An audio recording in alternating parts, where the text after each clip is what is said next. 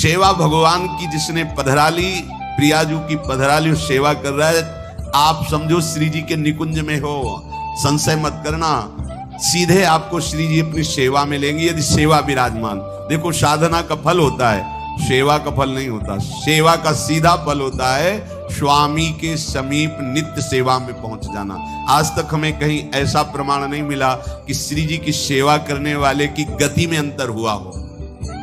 कहीं भी ऐसा साधना से भ्रष्ट होते तो देखा गया, लेकिन श्री जी की परिचर्या करने वाला श्री जी को प्राप्त नहीं हुआ, ऐसा हमें अभी तक प्रमाण नहीं मिला। ये श्री राधा मोहन जी के आराध्य देव थे, आस्करन जी के, और ये सेवा में मगन रहते। देखो जब आप ठाकुर सेवा, जैसे आपको कि अब हम सेवा में रहेंगे तो हमारा काम कौन करेगा, तो पूरी सृष्टि तुम्हारे काम से चल रही है, तुम्हारे चलाए चल रही। अरे कुछ समय, घड़ी दो घड़ी तुम ऐसी निकालो जिससे एकांत चित्त से आनंद पूर्वक अपने लाडले ठाकुर को दुलार कर सको।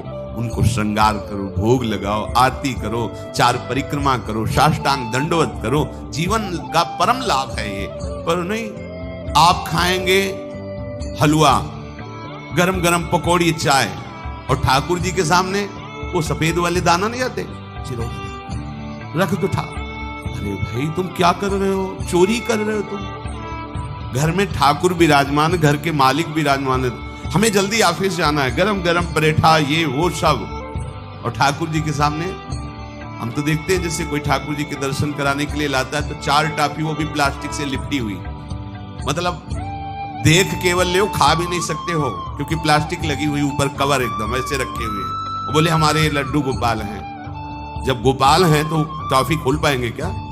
अगर आपको टॉफी पवाली है तो आप खोल करके सुंदर एक कटोरी में रख करके दे। ऐसे 4 दाने चिरौरी रख दिए, कटे हुए मिश्री के टुकड़े रख दिए।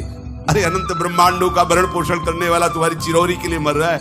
हाँ, अगर तुम्हारे पास केवल चिरौरी ही है तो वो तृप्त हो जाएगा। तुम खाओ हलवा, उसको रखो, चिरौरी तुम पहनो, एक से एक बढ़िया कपड़ा, और ठाकुर जी के लिए अलग कपड़ा होता है दुकानों में, वो ठाकुर जी के लिए लेना है।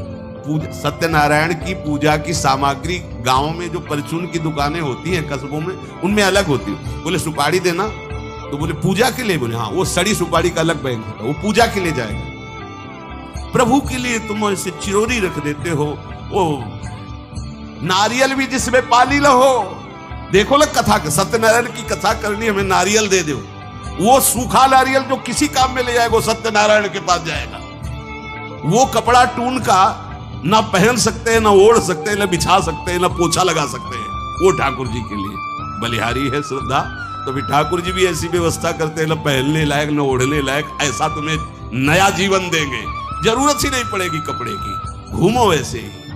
हाँ, जरूरत ही नहीं पड़ेगी, अन्य योनिया नहीं, कोई जरूरत नहीं है, घूमो।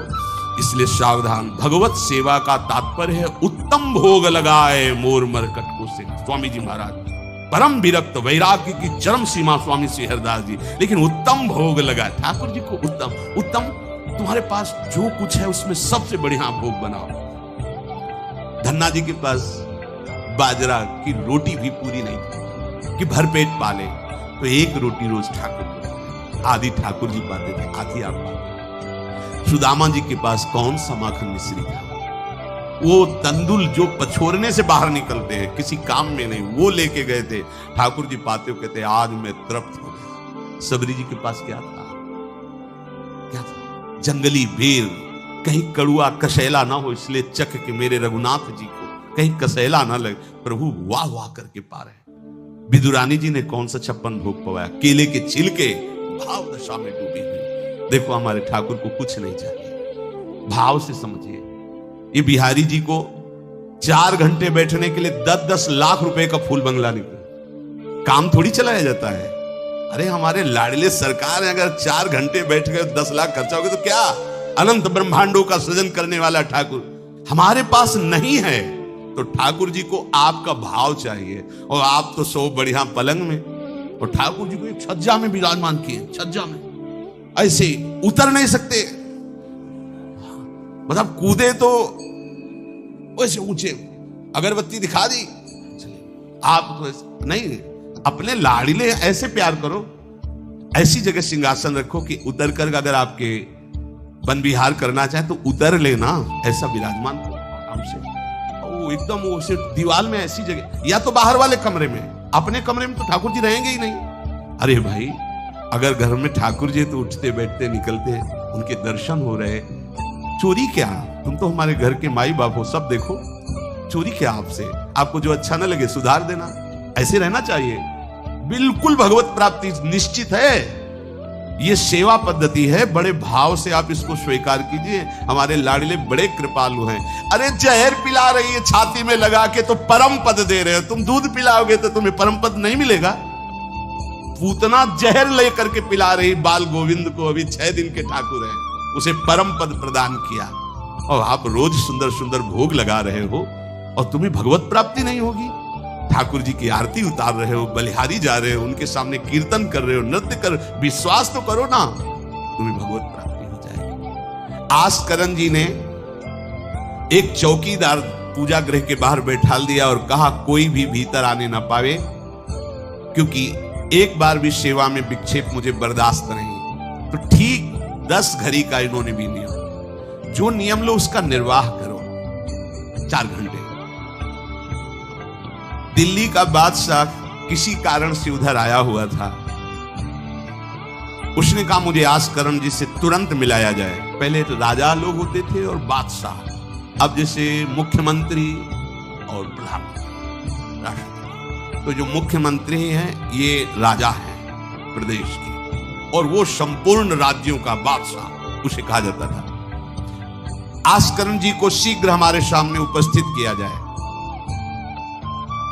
प्रार्थना की कि महाराज असंभव, इस समय आस्करन जी महाराज अपने ठाकुर जी की सेवा में हैं और उनका आदेश है 4 घंटे कोई हमसे बात न करे।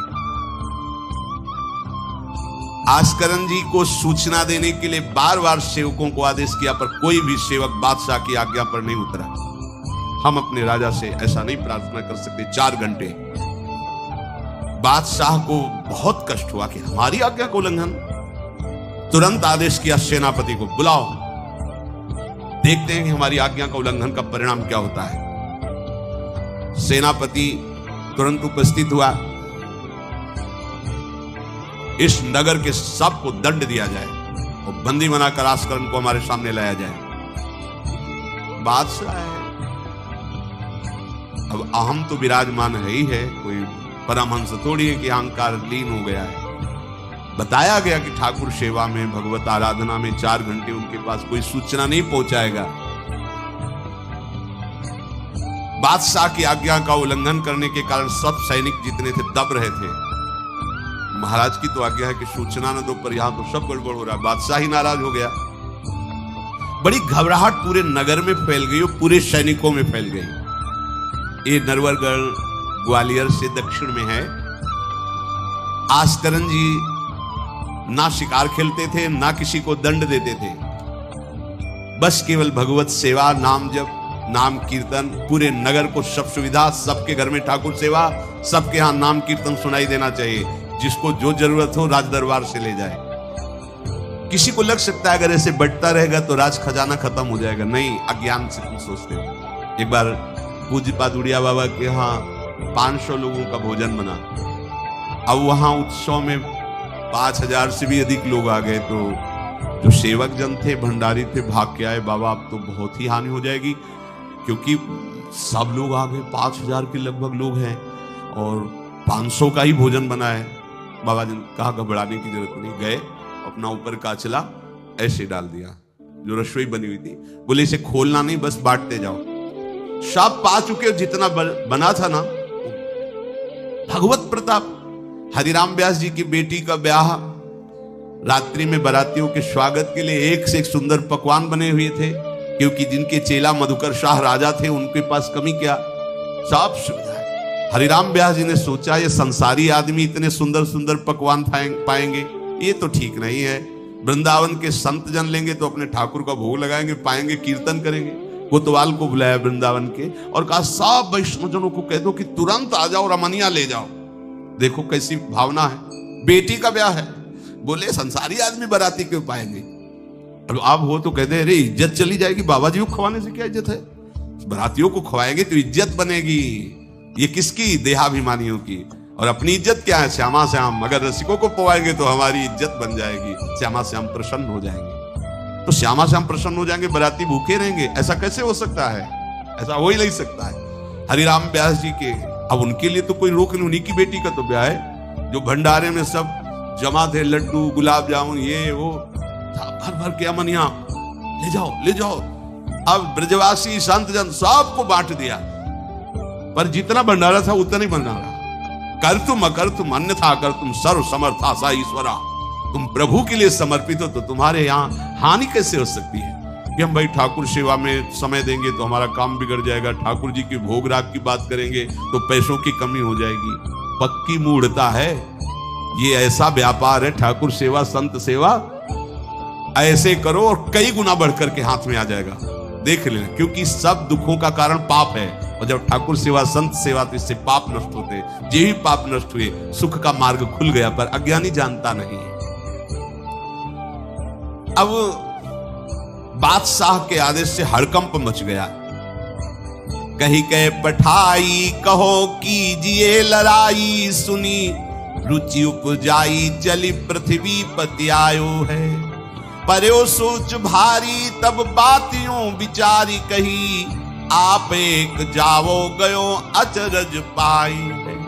सेवा करी सिद्धि साष्टांग होई के भूमि परे, देखी बड़ी बेर पांव खड्ग लगायो है। कट गई एड़िए पे टेढ़ी हूं न भौं करी, करी नित नेम रीति धीरज दिखाई है। बादशाह ने कहा आखिरी हुक्म है, आस्करण को हाजिर किया जाने, संपूर्ण सेना से विध्वंस मचा देंगे, नरवर गण को पूरा नष्ट कर देंगे।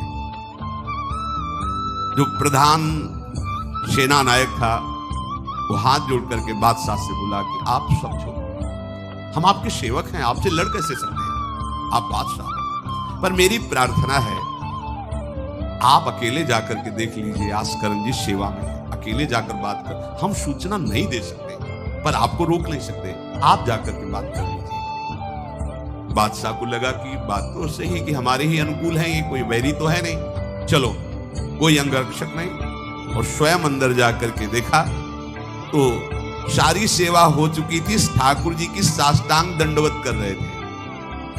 सत्संग में भी कहा है कि आप लोगों का जैसे शरीर स्वस्थ है तो साष्टांग दंडवत का नियम लेना चाहिए अपनी ठाकुर सेवा करके। 5, 7, 11, 21, 51, 108 अपने ठाकुर 4 परिक्रमा की, कहीं से भी 108 दंडवत। एकोपि कृष्णः कृतः प्रणामो दशाश्वमेधा व्रतेन तुल्यः, दशाश्वमेधी पुनरेपि जन्म कृष्ण प्रणामी न पुनर्भवाय। ये भीष्म जी बोल रहे हैं, एक बार हमारे श्री कृष्ण को कोई साष्टांग दंडवत कर दे, 10 अश्वमेध यज्ञ का फल और व्रत स्नान का उसे प्राप्त होता है। पर 10 ये अश्वमेध यज्ञ करने वाला पुनर्जन्म को प्राप्त होता है, पर एक बार श्री कृष्ण को साष्टांग प्रणाम करने वाला पुनर्जन्म को प्राप्त। दशाश्वमेधी पुनरेपि जन्म कृष्ण प्रणामी न पुनर्भवाय। अपने पास तो भगवत प्राप्ति के लिए बहुत से अस्त्र हैं, केवल नियम पूर्वक प्रयोग करो, माया का प्रवाह बंद हो जाएगा। ठाकुर सेवा के बाद करना चाहिए साष्टांग दंडवत। हमने महापुरुषों को देखा है, गुरुजनों को देखा है। अब शरीर उस लायक नहीं है तो भाव से कर लीजिए। अगर शरीर स्वस्थ है और आप करने लायक हैं तो जरूर, जैसे माताएं बहनें सखियां हैं तो पंचांग, एक पंचांग दंडवत की खड़े हो गए, हाथ जोड़ा, मंत्र अंदर स्मरण किया, फिर पंचांग 5, 7, 11, 21, 51 ऐसा करना चाहिए। आस्करण जी भगवत सेवा करके साष्टांग दंडवत कर रहे थे नियम पूर्वक। अब ये तो पता चल गया कि कोई आया है, पर ना नजर दी, ना बात की, ना रुके, उठे साष्टांग दंडवत, फिर उठे, फिर साष्टांग दंडवत। बादशाह खड़ा देखता रहा, ये तो ना हमारी तरफ देख रहे ना बोल रहे। बहुत देर हो गई, चुपचाप। पद का अभिमान होता है। अब वो बादशाह ठहरा, खींची तलवार म्यान से निकाली और जब साष्टांग हुए तो मारा ऐसे तो एड़ी उड़ गई, कट गई एड़ी आस्करण जी की। लेकिन आस्करण जी ने ना दंडवत रोकी, ना मुड़ करके देखा, खून की धार बह रही। निष्ठा देखिए, ये है अनन्य भक्ति की निष्ठा। नहीं कहा कि अब रुक गए, कुछ नहीं, वैसे ही खड़े हुए, फिर साष्टांग, फिर खड़े हुए, खून से लथपथ हो रहे, कोई कष्ट का अनुभव नहीं दिखा रहे कि आओ कहे या पीछे मुड़ करके देखे। अब तो धैर्य छूट गया बादशाह, ये मेरे से तो अपराध हो गया, ये कोई नाटक नहीं कर रहे, ये तो सच्ची में महान भागवत है। क्योंकि जो पद का अभिमानी जन होता है वो ये नहीं जानता है कि भक्ति क्या होती है, भक्ति का स्वरूप क्या होता है, भक्तों की निष्ठा क्या होती है। उनको तो लगता है कि मैं अमुक पदाधिकारी हूं, मैं इतना, तो ये बाबा जी लोग भीख मांगने वाले, इनके आगे क्या जमीन में बैठे, हमारे लिए कुर्सी की व्यवस्था नहीं होगी क्या? हमारे को इस पद का अभिमान जो मिला है उसका सम्मान होना चाहिए। तो वो जिस पद में है, इस सृष्टि में कोई वो पद नहीं है, वो हरिदास पद में है, हरि पार्षद। तुम तो मायाकृत सृष्टि के किसी पद पे होगे, वो मायापति के निजी पार्षद हैं। तुम्हें दिखाई देता है भिखारी है, तुम्हें दिखाई देता है भिक्षुक है, नहीं नहीं, वो इतने बड़े बादशाह के ऐसा बादशाह पैदा ही नहीं हुआ है? चाह मिटी चिंता मिटी मनुआ बेपरवाह, और जिनको कछु न चाहिए वो साहन के साथ, नरपति सुरपति लोकपति, जिनके भावे घास, जिनके भावे घास, रहे परमानंद में तज सबही की आस। गर्दन उतार दोगे, अगर हरि का विधान होगा तो शरीर ही नष्ट होगा, नहीं तो हमें छू भी नहीं सकते, हमारे स्वरूप को नहीं छू सकते। भक्त अपनी निष्ठा पे होता है। एक बार भी आस्करण जी ने मुड़ करके नहीं देखा बादशाह की तरफ। अब तो धैर्य छूट गया बादशाह की, गलती हो गई हमसे। ऐसा ही होता है। नवलदास जी को वृंदावन से हरिवंश महाप्रभु के शिष्य थे, तो बादशाह तुर्की था, उसके मन में वैश्यकुल के प्रति बड़ी ईर्ष्या पैदा हुई थी। तो उसने कहा भारत में वैश्यकुल नहीं रह जाना चाहिए, नष्ट कर दो। आतंक स्वरूप उनका काटना बारना, लाखों वैश्यों का कत्ल कर दिया। पता चला कि दूसर वैश्य वृंदावन में भी है। आए, उनको बंदी बना लिया, सामने पेश किया, कहा सर झुकाओ।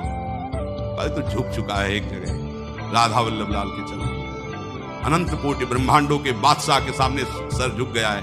अब तो एक भूमंडल का जबरदस्ती बादशाह बना बैठा है। बोले जंजीरों में बांध दो इसको, रोज कोड़े लगाओ, भोजन मत दो, फिर इसको हम दंड निश्चित करेंगे, देखते हैं। बहुत अपने अभिमान में बांध दिया। सुबह कोड़े लगाने गए तो जंजीरें पड़ी थी और कुछ नहीं था। फिर खोजा तो वृंदावन में राधा वल्लभ जी के दर्शन के भी बांध के ले गए। अरे बोले तेरी जंजीरें क्या मुझे रोक सकती है? जब माया की जंजीरें नहीं रोक पाई तो तेरी जंजीरें क्या रोक? तू लाख बार बंधवा, मुझे नहीं रोक सकता।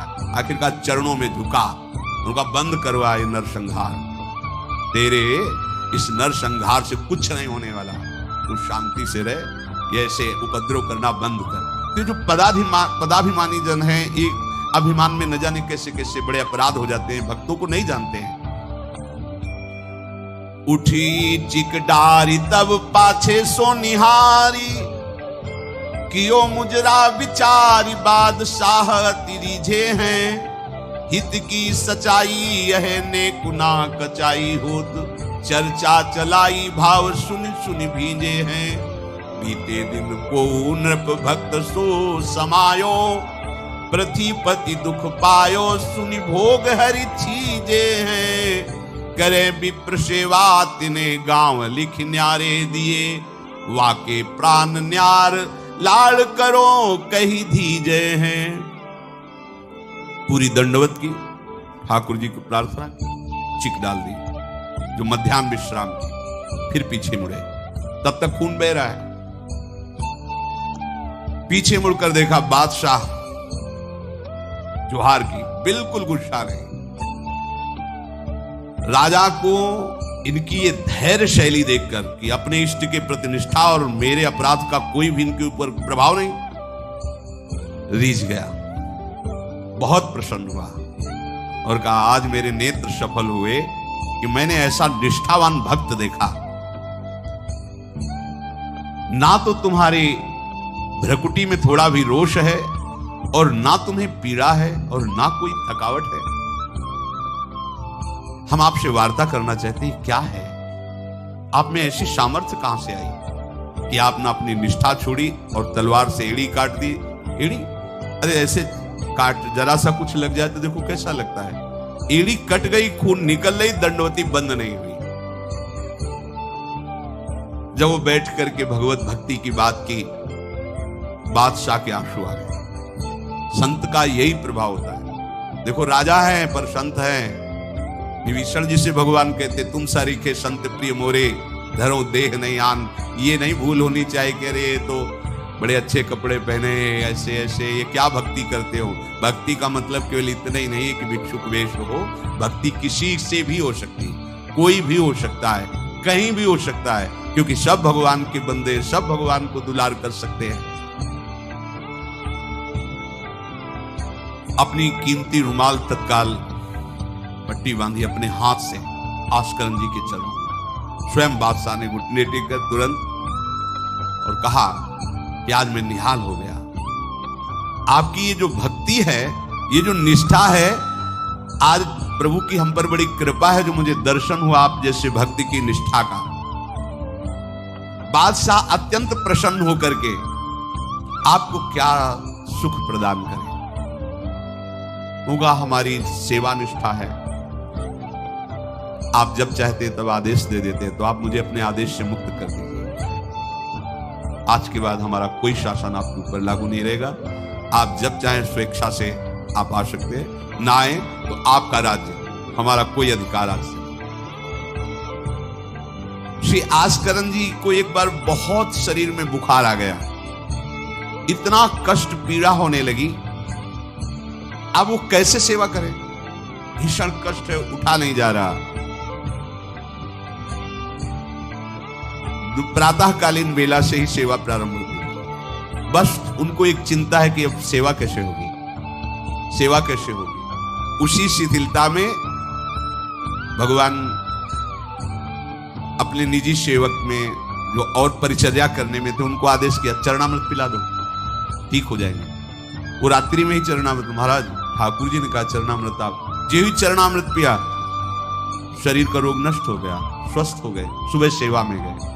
इसलिए आप लोगों से प्रार्थना करते हैं, अकाल मृत्यु हरणम सर्वव्याधि विनाशनम श्री कृष्ण पादोदकम पीत्वा पुनर्जन्म न विद्यते। मान लो भैया, एक डॉक्टर औषधि देता है, पैसे लेता है, फीस के पैसे भी लेता है, और ना फायदा करे तो भी उसी दवाइयों का तुम आश्रय लेते हो। हम कह रहे हैं कि संसार से मुक्त होने के लिए चरणामृत सिद्ध औषधि है। रोज चरणामृत ठाकुर जी का पियो, कोई पैसा नहीं लगता। बिहारी जी, राधा वल्लभ, राधा रमन, जहां चाहो, बड़े उदार ठाकुर। चरणामृत, अगर इतना चरणामृत मिला उसमें आप 1 लीटर जल मिला लीजिए, चलता रहेगा। जब कमी लगे फिर जल मिला लीजिए, चरणामृत ही रहेगा। आप वर्षों इतने चरणामृत को पी सकते हैं जल मिला मिला के, अकाल मृत्यु नहीं होगी। समस्त रोगों के नाश करने की सामर्थ्य चरणामृत में है। कोई भी व्याधि आपको परास्त नहीं कर पाएगी। और पुनर्जन्म न विद्यते, हम भगवान के धाम में चरणामृत के प्रभाव से चले जाएंगे। अब इस पर श्रद्धा कितनी है देखो आप, 10 बार वर्णन किया होगा। नियम से चरणामृत पियो, अपने ठाकुर जी का, श्री जी का चरणामृत पात्र में रख लो, 2 बार 3 बार दिन में पियो। चरणामृत आपको अकाल मृत्यु हरणम सर्वव्याधि विनाशनम श्री कृष्ण पादोदकम पीत्वा पुनर्जन्म न विद्यते। एक बार किसी विपक्ष राजा ने आक्रमण कर दिया आस्करन जी के ऊपर। आस्करन जी की जब बात पता चली कि वो आक्रमण, तो उन्होंने कहा प्रभु हमसे मार काट नहीं होगा, सब में आप विराजमान हो, अब हमसे नहीं हो। या तो राजपद हटाओ, मुझे कहीं एकांत ले चलो, मैं आपके लिए रोऊं तड़पूं। अब ये सब नहीं होगा कि अब हम फिर तलवार उठाएं, मार काट शुरू करें। पर अंदर से आया कि तुम राजा हो तो प्रजा की रक्षा करना तुम्हारा कर्तव्य है। तो उन्होंने पूरी सेना सजाई, जान तो कैसे, सब मजीरा लो, और स्वयं बोले नाम कीर्तन करो, राधा वल्लभ श्री हरिवाल श्री वृंदावन श्री। कहां जा रहे, बोले युद्ध करने जा रहे। ऐसे युद्ध होता है। प्रभु से कहा हमसे मारकाट होने वाली नहीं, जब हमारा कर्तव्य ही तो हम ये कर्तव्य कर रहे हैं। राधा वल्लभ श्री हरिवंश, राधा नाम कीर्तन। तुरंत आकाश में मेघ छा गए, और इतने बड़े बड़े ओले शत्रु पक्ष में, हल्की फुहारे इधर के पक्ष में। जहां नाम कीर्तन, हवा चल रही, हल्की हल्की नन्ही नन्ही फुइयां बरस रही और कीर्तन में हाल, और उधर इतने इतने बड़े ओले, सब भाग गए। अस्त्र शस्त्र की आवश्यकता नहीं हुई। शत्रु पक्ष जब भागा और उधर का राजा के चरणों में गिरा कि मुझे माफी दे दो, मुझे पता नहीं था आप इस कोटि के महाभागवत हैं। यह है अनन्य भक्ति। यदि हम अपने प्रभु की सेवा, प्रभु का नाम जब, प्रभु के गुणों का गायन करते हैं तो किसी की भी ताकत नहीं कि हमें परास्त कर सके। और आप भूल जाइए ये बात कि आपके ही किए सब कुछ होता है। आप देहाभिमान में भटक रहे, आपके किए ले हम कह रहे मान लो, मान लो। केवल प्रभु की करुणा एक दृष्टि से अनंत ब्रह्मांड का सृजन हो गया। एक दृष्टि से अनंत ब्रह्मांडों का सृजन। भैया तुम्हारा परिवार क्यों दुखी रहेगा? तुम्हें क्यों भूखा रखेंगे प्रभु? पशु पक्षियों को देते हैं, हर जीव जंतु को देते हैं। तुम तो भगवान के भक्त हो, तुम्हारे को कैसे वो नहीं देंगे? विश्वास करो, जो तुम्हें कार्य मिला है धर्म पूर्वक करो, नाम जप करो, प्रभु की सेवा करो। गंदे आचरण, गंदे नशा, गंदी बातें ये सब छोड़ दो, क्योंकि यही तुम्हारी दुर्गति, अशांति का कारण बनेगी। पैसा बढ़ा है, मदिरा पान करना, बेविचार करना, उसे सुख समझ रहे हैं। पैसा है, पद है, समझ रहे हैं कि हम जीवन का लाभ ले रहे हैं। अरे ये लाभ तो सुअर कुत्ता भी ले रहे हैं भैया। निद्रा, भय, आहार, मैथुन हर जीव भोग रहा है। तुम मनुष्य जन्म ले करके बड़े बुद्धिमान होकर उसी भोग रहे हो, तो कौन सी बात? तिनते खर सूकर स्वान भले, गोस्वामी तुलसीदास। सुअर कुत्ता गदहा उससे अच्छे। क्यों? क्योंकि अपने कर्म भोग कर ऊपर की तरफ उठ रहे हैं, उनके पाप नष्ट हो रहे हैं। वो आप ऊपर उठकर मनुष्य जन्म कर प्राप्त करके पाप कर्म कर रहे हैं, आप नीचे अधोगति को जा रहे हैं। इसलिए सबसे प्रार्थना है, ये गंदे आचरण, जब आप मदिरा पीते हैं तो आपकी बुद्धि तमोगुण राक्षसी वृत्ति से हो जाती है। खुद आपको अनुभव इस बात का। आपकी दुर्दशा हो जाती है, बुद्धि भ्रष्ट हो जाती है। फिर व्यभिचार, जुआ, चोरी, हिंसा कैसे आपको सुख प्रदान करेंगे? ये जो निकृष्ट हैं, जो अधर्म हैं, जिनकी क्रिया ही दुखमय है, उस दुख से तुम कैसे सुख प्राप्त कर सकते हो? धर्म से चलो, गृहस्थ हो, धर्म पूर्वक चलोगे तो गृहस्थी में ही भगवान तुम्हारा मंगल कर देंगे। भागने की जरूरत नहीं है। नाम जप करो, ठाकुर सेवा विराजमान करो, जो रूखा सूखा हो अपने ठाकुर को लाड लड़ाओ, अंतिम श्वास तक भगवान कृपा कर ही देंगे। हमारे जीवन का उद्देश्य भगवत प्राप्ति है। इन किन प्रकारेण अब हमारा जन्म इस संसार में न हो, हम प्रभु के पास जाकर उनकी सेवा में रहें सदैव। जहां न मरना है, न जन्मना है, न दुख है, न सुख है, न बीमारी है, कोई किसी भी तरह का जहां लेस मात्र भी कष्ट नहीं है, प्रलय और महाप्रलय की वायु भी जहां प्रवेश नहीं करती, वो हमारे प्रिया प्रीतम का नित्य धाम है। वही हमारी विश्राम भूमि है। हम सब खूब राधा नाम जप करें और आकांक्षा करें कि इसी जन्म में हमें भगवत प्राप्ति हो।